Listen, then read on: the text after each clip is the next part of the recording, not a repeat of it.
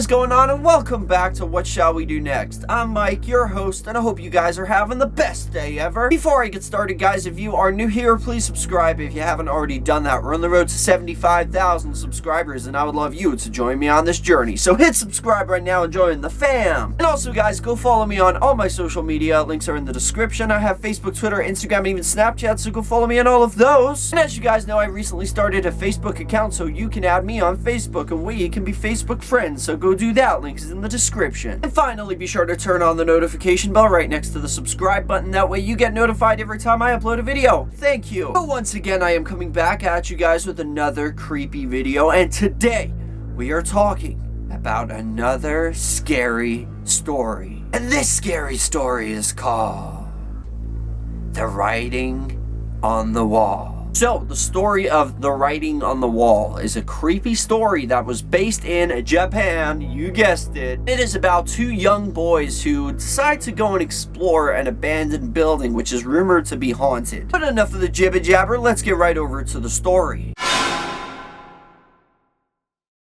The Writing on the Wall. When I was younger, there was a ruined building at the bottom of our street.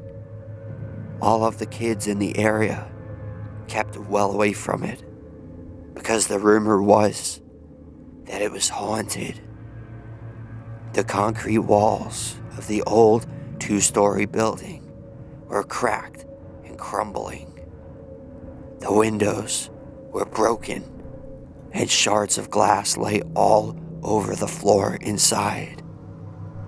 One evening, as a test of courage, my best friend and I decided to explore the creepy old place.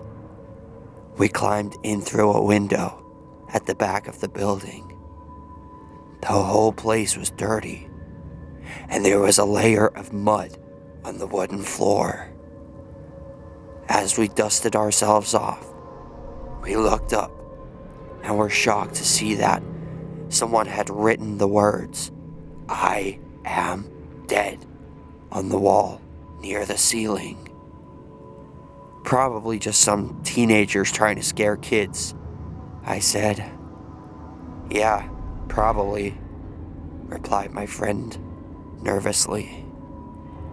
We explored more of the rooms on the ground floor. In a room that appeared to have once been a kitchen of sorts, we found more writing on the wall. It read, "I am in a room upstairs." We walked up the creaking stairs to the second floor. I led the way, and my friend followed close behind. I wasn't scared, but he was beginning to get a little jittery.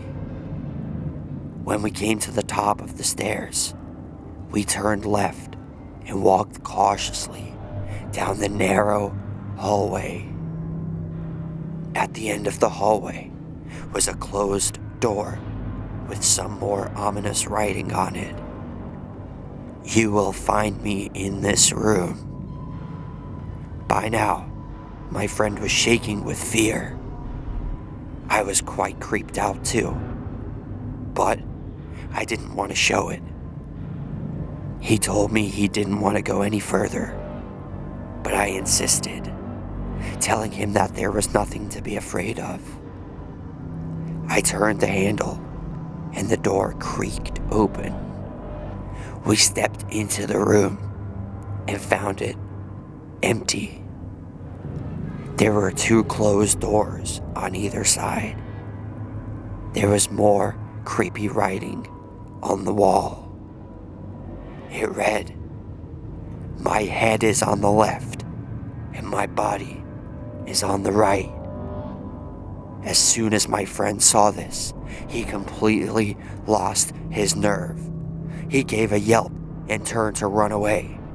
I caught hold of his arm, but he shook me off and fled out through the open door. I heard his footsteps disappearing off down the hallway. I held my ground.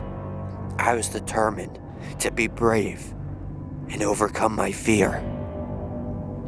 Mustering all my courage, I opened the door on the right and walked inside.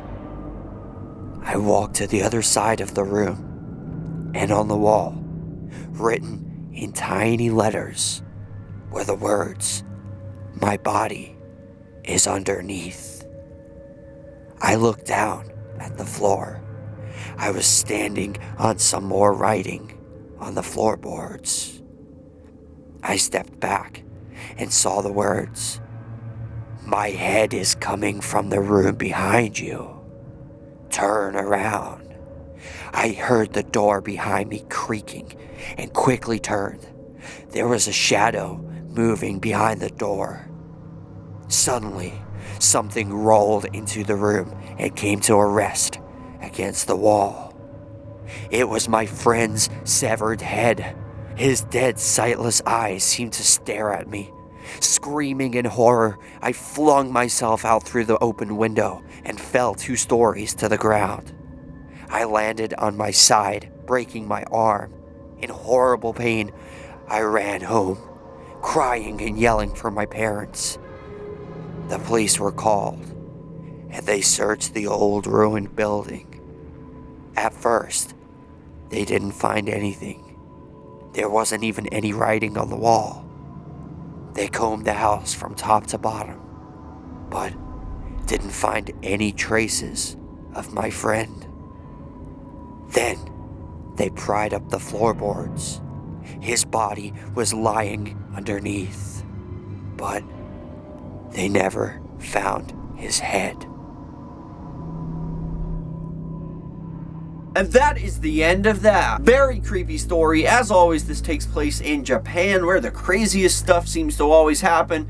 I don't understand what goes on in Japan. But it is crazy that this thing in this house, which was believed to be haunted, killed his friend. Not only killed his friend, but cut his head off.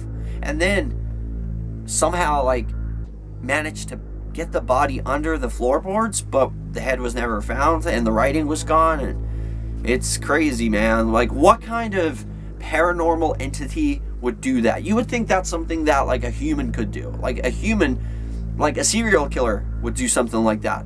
But how do you explain, a ghost or something paranormal doing that?